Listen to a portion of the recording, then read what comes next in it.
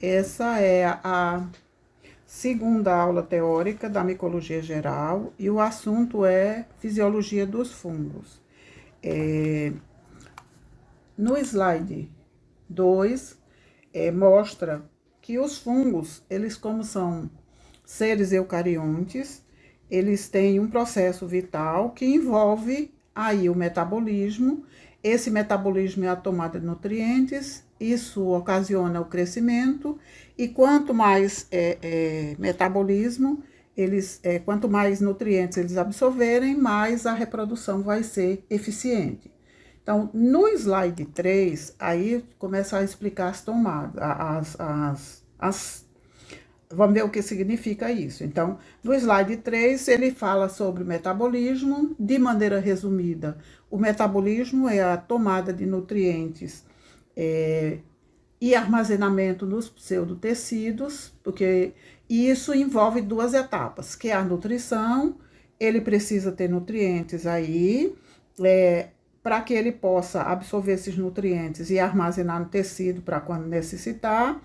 Agora, isso só vai acontecer se ele estiver na presença de oxigênio, que envolve a respiração.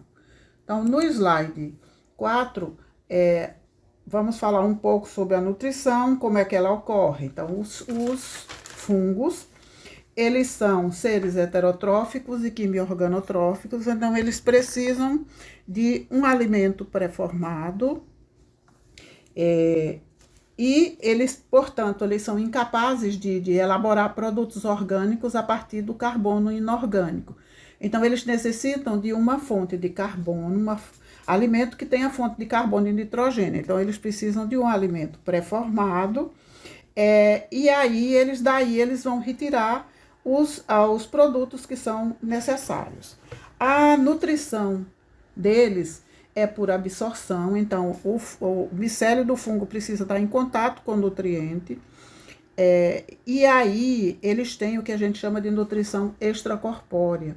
As enzimas que são produzidas dentro da célula do fungo, elas são percoladas para o ambiente, e aí elas vão produzir o desmembramento, o desdobramento do substrato, quebrando as ligações químicas, até chegar em partículas menores, para que essas partículas menores elas possam ser absorvidas pelos poros da parede do fungo, e dentro elas sofrem um rearranjo. Então, esse desdobramento externo é chamado de catabolismo, né? Ele desdobra o substrato, porque não tem como ele absorver, por exemplo, um pedaço grande de celulose. Então, ele tem que quebrar ligações químicas em partículas menores para que o fungo possa absorver através de osmose, e dentro da célula isso é rearranjado, que é o anabolismo, e vai produzir o que o fungo precisa, que é energia. Então, ele produz substância, produz o glicogênio, e esse glicogênio, ele é armazenado dentro, ele é utilizado, uma parte é utilizada para o crescimento da parte do micélio vegetativo, para o fungo se expandir no substrato e absorver mais nutriente, e outra parte vai sendo armazenada sob forma de glicogênio nos vacúolos de reserva, e isso vai ser utilizado mais adiante no ciclo de vida, quando o fungo for produzir os esporos. Então, essa nutrição, ela vai ocorrendo à medida que o fungo ele vai se desenvolvendo em cima do substrato, e essas enzimas elas vão sendo produzidas, vão desdobrando.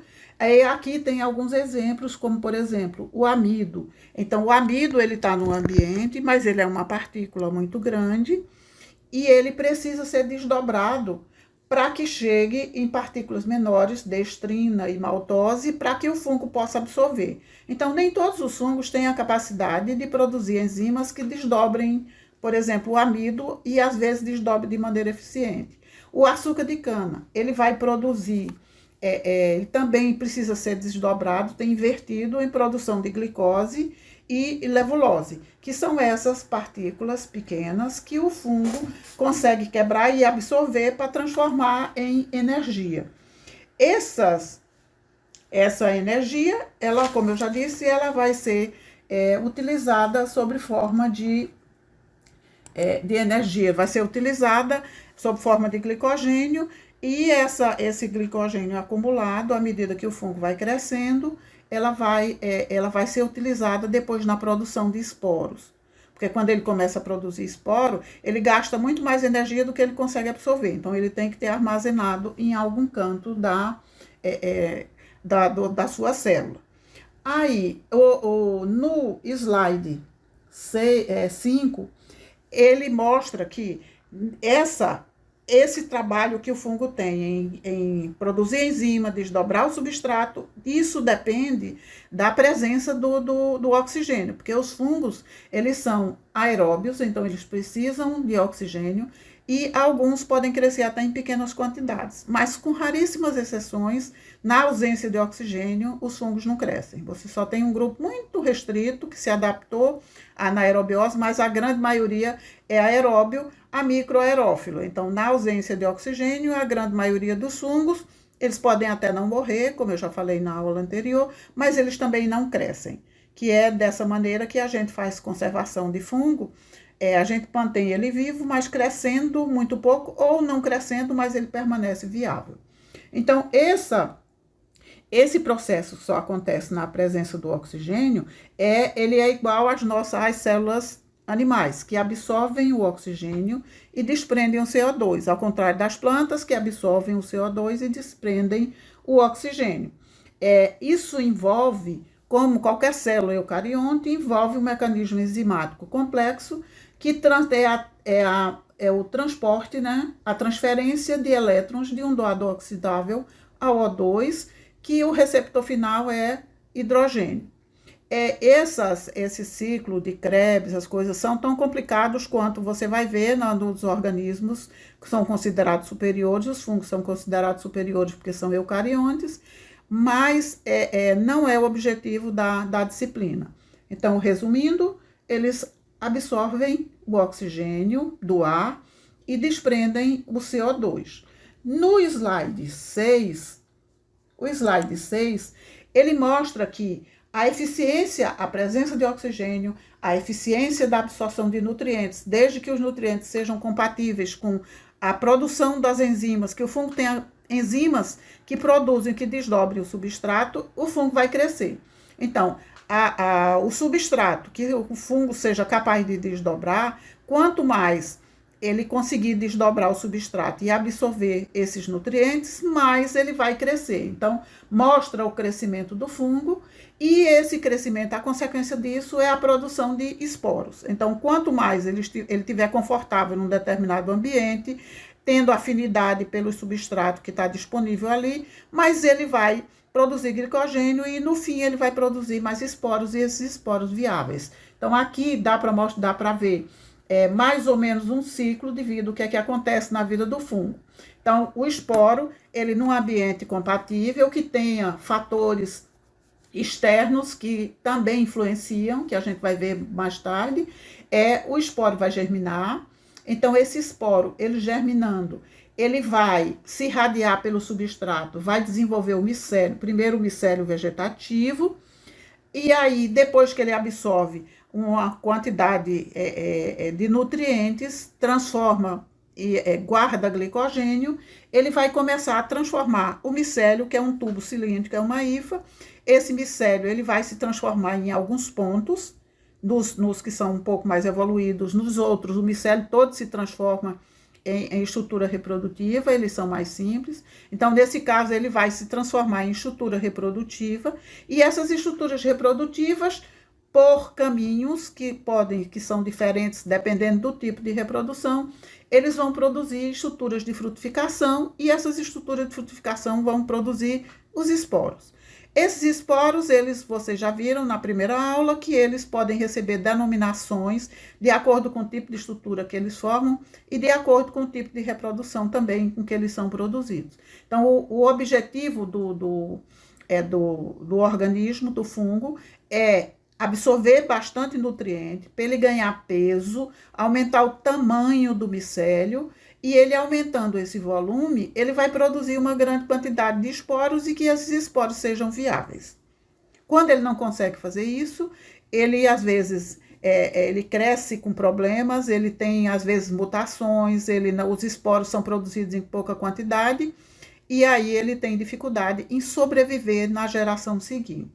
Agora, além dos nutrientes que o fungo precisa absorver, ele também está relacionado com fatores que eles influenciam no crescimento eficiente ou não desses organismos. Então, esses fatores, eles são temperatura, o pH, luminosidade, umidade, teor de nutrientes e influência de outros organismos. A gente vai ver nos slides seguintes, falar um pouco de cada um desses fatores que influenciam no crescimento dos fungos. Um desses é a temperatura. Então, a temperatura, os fungos, de maneira geral, eles podem variar, eles podem suportar uma ampla variação de temperatura. Normalmente, quando essa temperatura ela varia com outros fatores, se não for muito brusco, eles conseguem sobreviver. Então, a temperatura ela pode aumentar, mas se a umidade do ar estiver alta, os fungos eles conseguem sobreviver bem. Mas se a temperatura estiver muito alta e a umidade muito baixa, aí isso já vai influenciar de maneira negativa no crescimento dos fungos.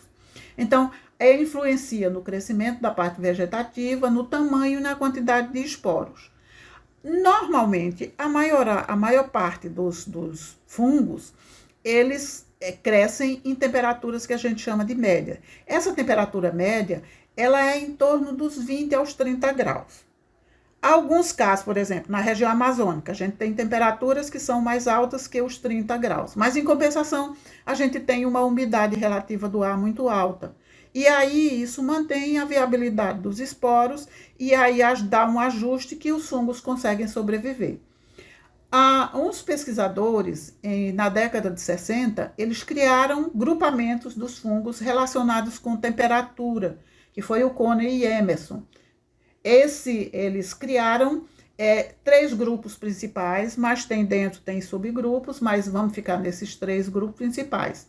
Então, os fungos, que são chamados de psicrófilos, eles são fungos que crescem em ambientes mais frios. Então, eles crescem abaixo de 10 graus. Não é abaixo de 0, nada, os fungos não crescem.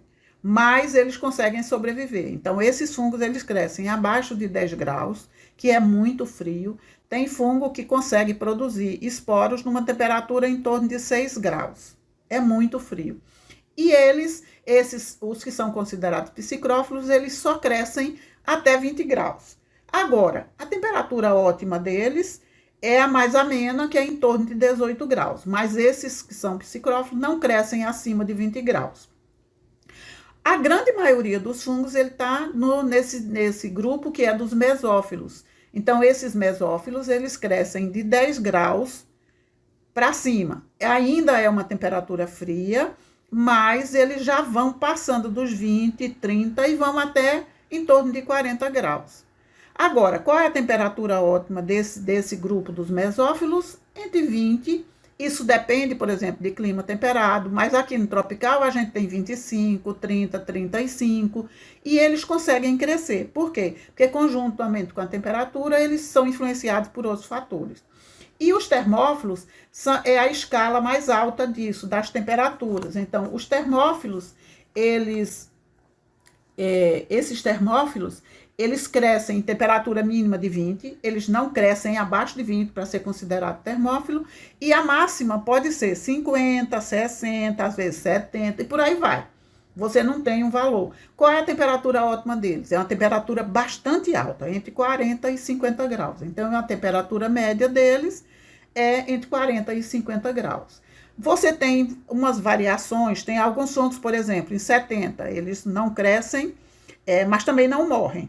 Então, por isso que nem sempre em ambientes muito quentes, os fungos não conseguem sobreviver. E uma coisas que a gente consegue observar é que esses fungos, eles têm mecanismos de defesa que eles conseguem sobreviver em ambientes que às vezes a gente acha que não tem nenhum organismo.